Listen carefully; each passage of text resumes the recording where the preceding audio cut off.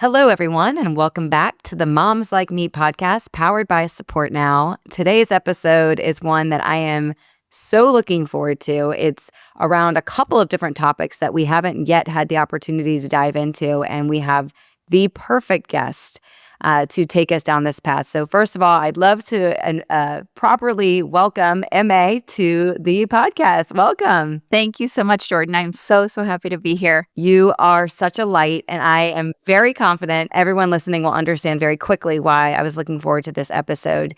You know, the thing about Support Now and the thing that I've learned on our journey is that tough times look different for a lot of different people.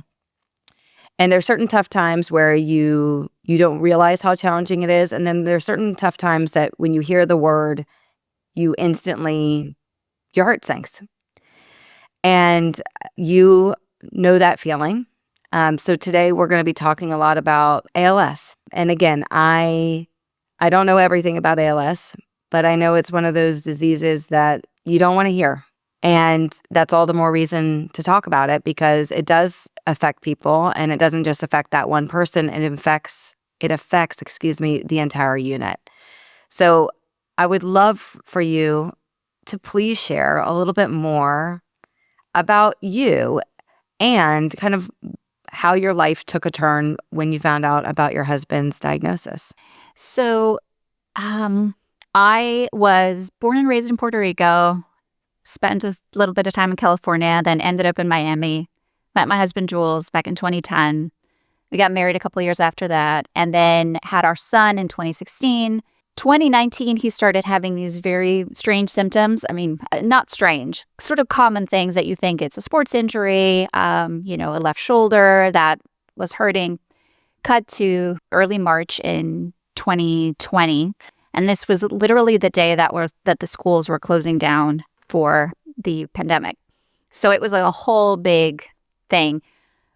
We went to the neurologist, and this was after having seen another hand specialist, because my husband's right thumb was stopped working basically while he was playing video games. So we went to a hand specialist who said, "I don't think I can help you. I think what you have is ALS," which was like the last thing you expect to hear when you go to a check my hand appointment. So thankfully, he connected us to a really great neurologist. And after the visit, it wasn't confirmed, but, he was like, "I'm afraid this could be ALS." And from that moment, I was like, all right, the whole thing sort of like began to unravel and reveal itself. So Jules started to lose his ability to move his hands. Dexterity in his hands was sort of the first things to go, and then arms. So pretty quickly on, I started doing things like, helping him feed himself, tie his shoes, shave. He held on as much as he could to a lot of these things, but I would also relieve him so that he could spend the energy doing other things, like play with our son, who was 3 at the time. My husband was 35 when he was diagnosed. I was 40. We had one of those like classic scenarios. Well, not classic, very special scenario where we have a great relationship, a young son, all these this whole world opening up to us. I had just started a business, and he was starting to help me with it. So we had all this time together. It was beautiful. We started a podcast to talk about all the ways our life was shifting for the better. And then just the biggest shift of all started. So it's changed everything in every way. We're going on, in March, it'll be 5 years of living with this understanding. We've become very intimate with ALS, intimate with big changes, intimate with deep grief that we hold 24/7, and also deep joy and possibility and hope and humor and love. It's wild. It's wild to have this conversation with you now and reflect back on how much we've grown and how much we've grieved. And in a quick nutshell, I'm happy to expand on anywhere that you want to go in that space. No, I think you did such a beautiful job summarizing everything. And it is, to call it out, it's so scary and sad to see someone you love so much be perfectly healthy, and then I'm sure it felt like just in an instant. Yeah, I mean, it felt like everything from just having the, knowing it, right? The knowledge of what's to come. ALS as of now does not have any cure or any medicine that could even sort of pause it and give you a plateau. It's a disease that still requires a lot of research and funding to get us anywhere. It's pretty much in the same state as when it was discovered or when Lou Gehrig had it years ago. My husband has the same chances that Lou Gehrig had like 80 years ago or something. So it's kind of wild to think that. That's a crazy thing to think that there's been no advancement in, call it 50 years. Yeah. Essentially, if Lou Gehrig and Jules were having a conversation today, of course, it's become, in terms of certain things, that quality of life and technology advancements and all that stuff, yes, but in terms of finding, like, knowing that there is even a possibility, a glimmer that you could get cured in your lifetime is tough. It's a disease that moves very quickly. The lifespan is between 2 and 5 years once diagnosed. Some people go very quickly in a matter of, 12, 18 months. I've heard some cases.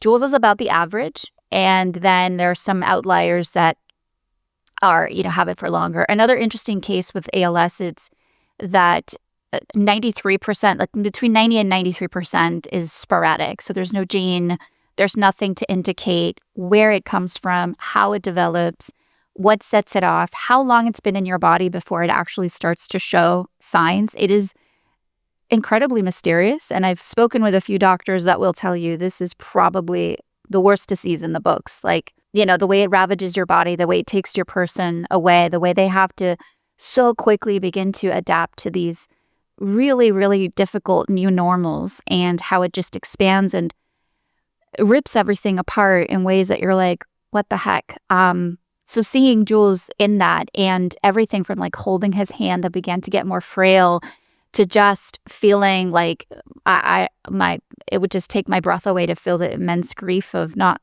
having this man in my life as long as we wanted to be together. Yeah, devastating. So tell me, at the point of diagnosis, were you under-functioning, over-functioning? Kind of when you got that confirmation of the diagnosis, what gear did you move into? Because I've noticed that everyone responds differently to these things. And so I'd love to learn a little bit more about your reaction to it and kind of what your coping mechanism was to begin to accept this reality. Yeah, I love that question because it does show up so differently for everybody. I went into sort of like plan mode, not plan the future, but like sort of what can we do now? And it wasn't frantic. I felt very focused. I felt clear. I felt a lot of grief, but I wasn't like spiraling. I could focus in. I tend to be good in sort of emergency situations, and I've had experiences in my life, whether it's jobs or things like that, that I've dealt with a lot of like things that require pivoting and flexibility. So all those things definitely helped. And so I definitely went into that mode, and I wasn't so much diving into it to sort of like numb it away. I felt very clear. I felt very present to what was going on. And I remember having this very peaceful quality about knowing if this is happening in my life, it's because I somehow in some way came prepared for it, like from a soul place. And I don't know what's coming, and this is all hard, and this is all unknown and unexpected. But there was a part of me that knew if this is happening, I am somehow equipped to figure it out. And I felt the same for Jules, and I felt the same for Skylar, our 3-year-old at the time, now 8. We came prepared for this individually and collectively as a unit. And that gave me so much peace because it helped me trust that whatever happened, however terrifying, we could somehow figure it out. And that may still be a naive way to see things, but I stand by it because it served me well to feel that and to continue to know that deep down inside, whatever comes our way. Yeah, I mean, I think it's such a beautiful perspective. I think it's one that from the outside looking in, it looks very challenging to adopt, given the very real physical, mental, emotional, spiritual challenges that come with something like this. Because like you mentioned before, when the doctors were saying ALS, it really debilitates just your entire being. I mean, the most basic of things can be taken away from you. And so I think that perspective is so honorable and such a testament to who you are, because it just requires a special person to say, this is not what I expected. And perhaps I'm the perfect person for my husband with this disease at this moment. And I think it's a really powerful testament to you and to the commitment that y'all made that I'm sure you've talked about at length with him, because it is a beautiful example of like what it's all about. I'm so curious to also ask you a little bit more about your son and what that relationship looks like. I'd imagine at 3, when you got the diagnosis, maybe a little bit harder to understand, but it sounds like he's growing up very quickly, watching his dad kind of form these new habits and rituals. What is that like, and how do you balance all of that in your motherhood kind of journey? I've learned a lot over time. A lot of bumps along the way. I now have a lot more sort of mastery in a lot of those areas because I choose to like dive into understanding different things. And at the beginning, so this has been such a big part of Skylar's life. So he has some memories of Jules before, little bits, tiny ones. And certainly he's seen, videos and pictures, which at first may have been harder to look at for all of us, but we've made it a point to invite all of those pieces in. And Skylar has grown to, seeing his dad change over time. It's something that is both normal in the sense that it's a part of it, and it's also very strange because the understanding of, he understands there's no cure. But he's like, well, but why can't the doctors just like figure it out? And he'll tell me when we go to clinic visits or whatever, he's like, make sure to tell them. And my husband and my son is so wise. And the way that he's managed this in so many ways has been remarkable. Early on, Jules and I made a very conscious choice to not keep anything from him. So we've been very open. We've been very vulnerable. When we cry, we cry. When we have, our moments of tension, we have them always respecting, our child's development stages and never wanting to overload him. But whatever he is ready for and shows, ask questions and shows interest in, we are an absolute open book. So we go to all the places from, how long do you think puppy, a dad's going to be alive, to what's going to happen to his computer when he dies. Can I keep his computer? Like, it's, and kids have this incredible way of, I think as parents or adults, we think we have to shield them more than what they're actually ready for. And when I speak with other moms and dads that are about our age that have young kids that are, about to either have the conversation with a young child or begin to decide how they're going to deal with it, my 2 cents of my experience is to keep the channel of communication open and to allow the child to be a part of it, and every kid's going to be different. Skylar has had a way of being able to manage sort of the conversations around death and grief and the way that his 6, 7, 8-year-old self can understand at this point. It's been very fruitful for us to like go there with each other. What I love about what he said is, why can't the doctors just fix it? It's just so honest. It's so raw. It's like, I don't know. I'm sure you're like, I feel the same way. I don't know why they can't just fix it. Yeah.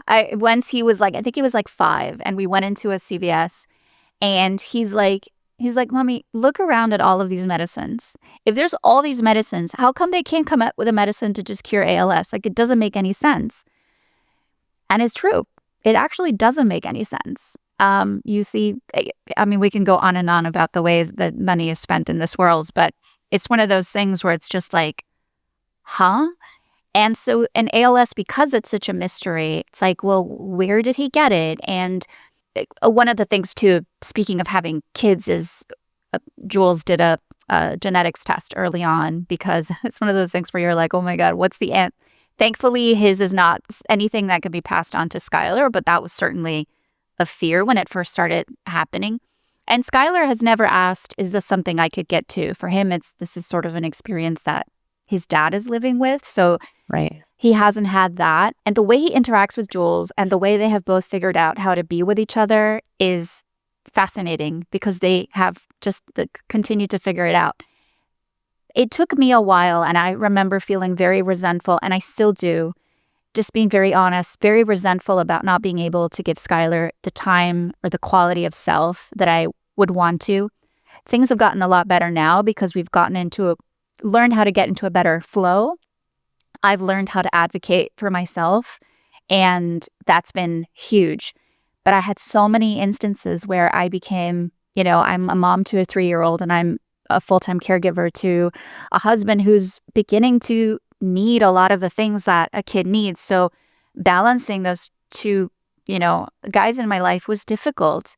I did the best I could without completely burning myself out to be present for Skylar and all of the school things and everything. And we do have, our family support system is thankfully really wonderful. So he's never lacked for people to be there for him, even when we've had to, spend a month at the hospital or whatever it might be. There have been many times like that. But I have felt so resentful about that. And the way that I would love to, just the energy piece, have more to give. And again, that's changed now. But if I reflect back on the first few years, there was definitely a lot of anger there that I had to move through and I had to process in order to be present. My whole thing is, even from the beginning into now, it's when we're in any state of denial or in a state of, this isn't happening, then you're not present. You're not connected in. And as hard as it is, as this whole situation is, if you don't really lean into open heart, open mind, be there, then you're just gonna miss out. And later on, I don't want to have any regrets of how we were all here with each other. And I've definitely taken that to heart when it comes to Skylar. And it's still, it's a challenge when we go out, for example, take him to the arcade for an hour, and it's well, we have to get home at a certain time because we had a caregiver that is here, for certain hours of the day, but then I take over in the evening and all night and in the morning, and we have to manage. It takes over everything. You just experience mom guilt to a degree that it's exactly difficult. It's that's what it is, right? We all have mom guilt in some way. I used to work a full-time job, and there's mom guilt there, and it's that mom guilt taken to the extreme. Yeah, because you're adding in the grief, the burnout, the exhaustion. This is such a physical caregiving job. ALS is a disease and it's a disability. So the physicality of my husband's 6'1", I'm 5'4", and I've been able to do superhuman strength things that we're even how? And I've had moments of deep, emotional and physical burnout that I thought, that's it. I'm cracking. There's no coming back. I think this part of the conversation is just so critical to kind of lean into, because like I said before to you offline, when you hear the word caregiver, I don't think of women that look like you. I think it's also, I hope people that are watching or listening to this take the time to click on the YouTube link so you can see her, because you can also see that despite the exhaustion and the stress and the burnout and all of those things, which I can firmly understand are real, there's also joy and light. I can't imagine just how difficult it is to be a caregiver to both your husband and to your son, and the guilt that comes from both, because I'm sure there were moments when your son was especially 3-4 years old where you can't even remember those moments because you were so knee deep with your husband and trying to figure out, okay, how do we progress? And I just think, and I know you love talking about this, so I want to give you space to do that. But, tell us a little bit more about caregiving and what that's like and what you've learned being a caregiver, in the duality of it, right? And what you kind of wish people understood about it, because I do think there's this a conception of it, and it's not it doesn't reflect what most caregivers look like, feel like, and act. Yeah. I love this because part of what I have felt, even in the past couple of months, that I wanted to express to the world is just that. It's like you think of caregiver and it automatically brings this like just the tone, just like everything. The energy just goes like, "Mrrr." And you envision something that is, in my experience now with myself and other young, any age caregivers that I've met, especially with ALS, like as hard as it gets, we are alive, we are vibrant, and we are automatically sort of boxed in. And I think that permeates the conversation, and it creates this like loop where it's like, well, yeah, that's how it is. That's how I am. That's how people expect me to be. Mm.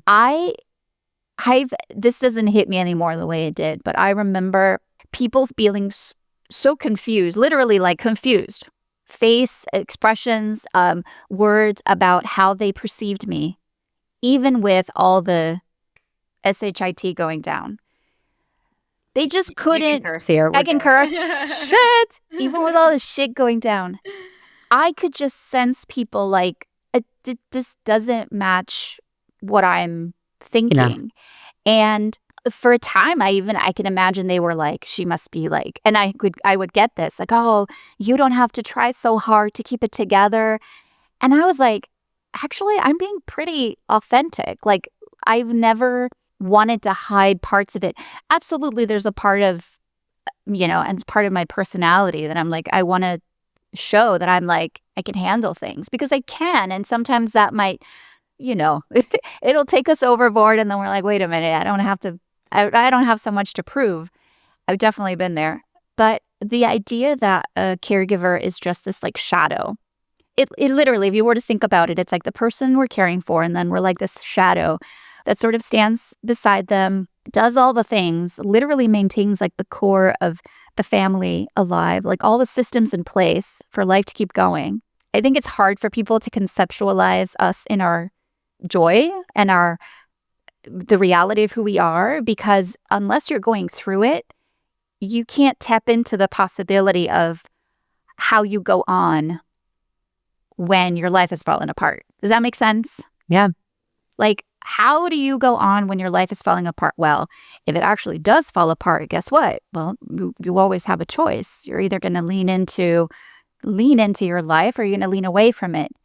And that could look like sometimes the flame of who I am is more lit, and sometimes it's like the tiniest little flicker of an ember.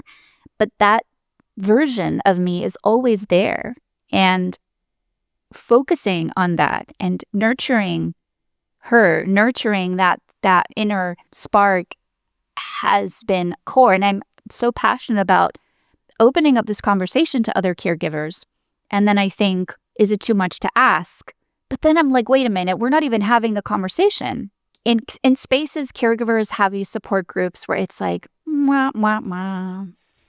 Because yes, it sucks, but guess what? We are hilarious. We have fun. We have this like dark humor. Just like, people with ALS or with whatever disease, they can find this humor between them that is so ridiculously incredible because only and you can go there. And my husband has taught me a lot as well, because he does use humor a lot, not to deflect, but to express. And I've also feel like he's given me a lot of permission to find that in my own spaces.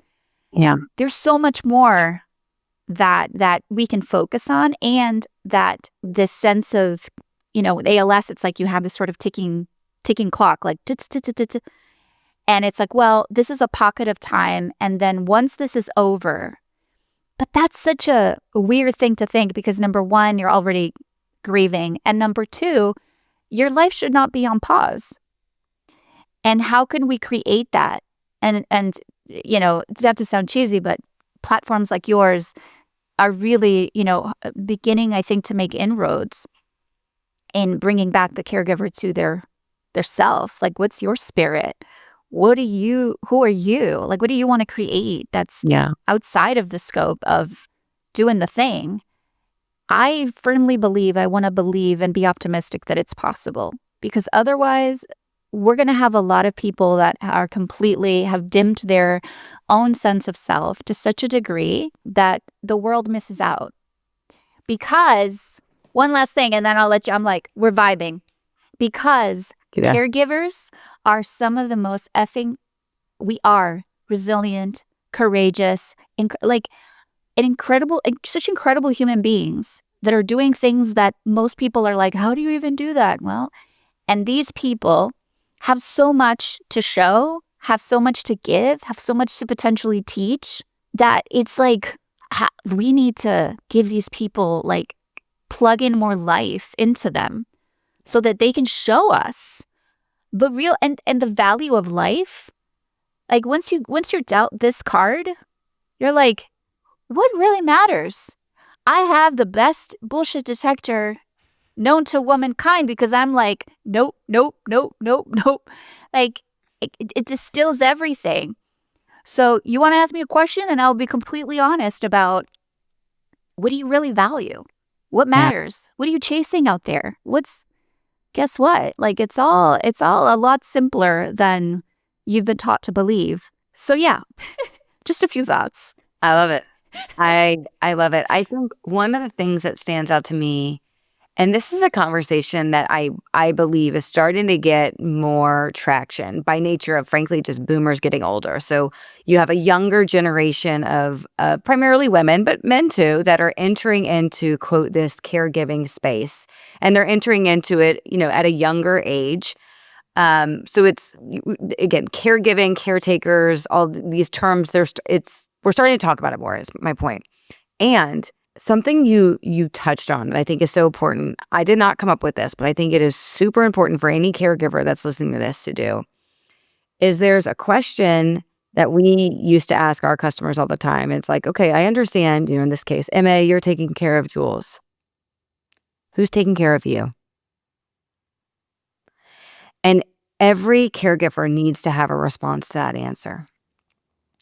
And it's a very simple question, but we can't allow caregivers to get so caught up in I think people get sucked into this, like, I'm living for this person, and you almost forget you can't pour from an empty cup because you're just so used to giving and giving and giving. But one of the things I really, again, wanted to eject in what you said, that you didn't say it directly, but it just works so beautifully with this question, is, who's taking care of you?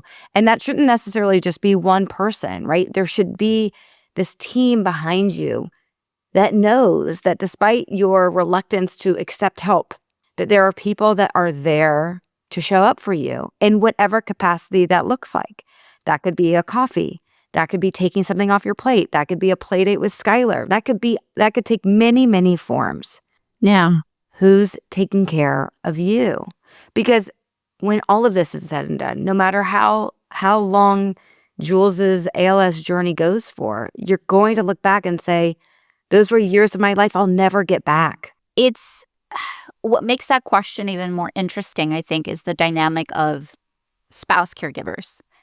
Because the person that was your person, right, is now the person I most want to be able to, like, work this through with is my husband. And he's the one going through it. So it becomes like we're both grieving the loss of, the versions of him that he's had to, like, lose. Who takes care of me?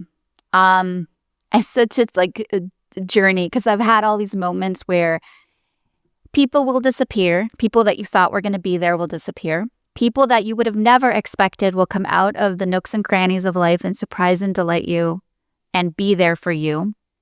That you're like, wow. Family members will have, each of them, their own way of processing what's happening. People either want to overdo, which is not great, or they will check out and kind of like feel like, well, I can't do anything, so I won't. There's a whole vast, and you really learn how to see relationships for what they are. Yeah. It's the best litmus test for who's really in your life and who's just, not, to be frank. I've had people who have really, like, advocated for me to my own face, like, if I chose like to take a certain trip. Like I had this really beautiful opportunity to go to England for a week. And my mom and a couple of my friends were like, you better go. And I was like, oh, I don't know. Yeah. And so they advocated for me. Ultimately, though, that this is where it's like, oh, you have to take care of you. Like in that sort of scheme of things, because nobody will be there truly, truly for you except yourself. And so we have to develop this muscle to say yes, to make decisions, to be there for ourselves in ways that are going to be uncomfortable, that will rock the boat, and to develop that muscle to go, this is me, and this is what I desire. But having that, and how, to your point, support comes in so many different incredible ways. The friend that sends you a Venmo of $20 so you can. I have a friend who constantly is like, here for a margarita, which I'll go to Target with the $20 and get something else. But well, I haven't been to Target in a while. But you know what I mean? It's like she constantly does these funny things or checks in. I have it's play dates with Skylar. And I hear it all the time from moms that are like, I always think about asking, but I never know. I'm not sure if you're going to accept the help and I'm like, oh my God, absolutely. Yes, it's great.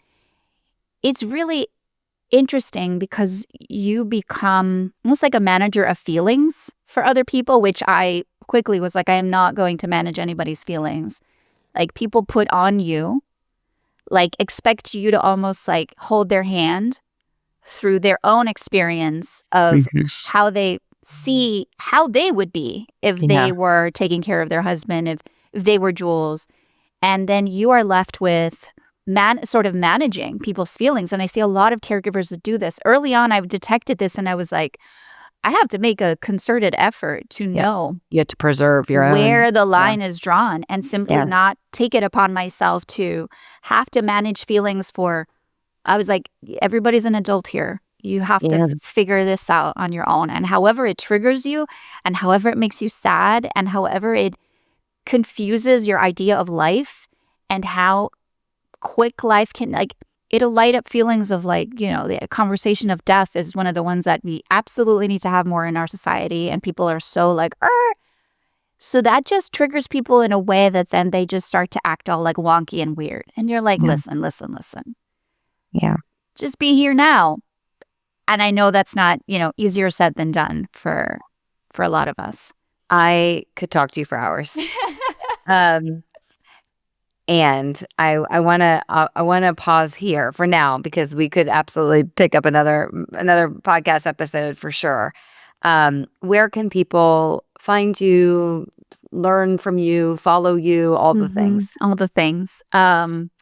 So my husband and I, we have an Instagram account together. It's Team High Octane Jules, and we share a lot of our life story there. And then I have my own account. I'm sure there will be links, right? Lots of links. All the links. All the links. So there's Team High Octane Jules, and then mine is called Walking in Magic. We have our website as well. And then I have a podcast that I just started called The Caregiver Spirit, which I'm wanting to explore all of these topics and find that sort of redefine the idea of what, the perception of a caregiver. I find that to be a very, a big calling right now. And then my husband and I have a podcast called The Couple Shift that has chronicled our experience with ALS from the beginning. So there's a whole bunch of episodes there for like 5+ years.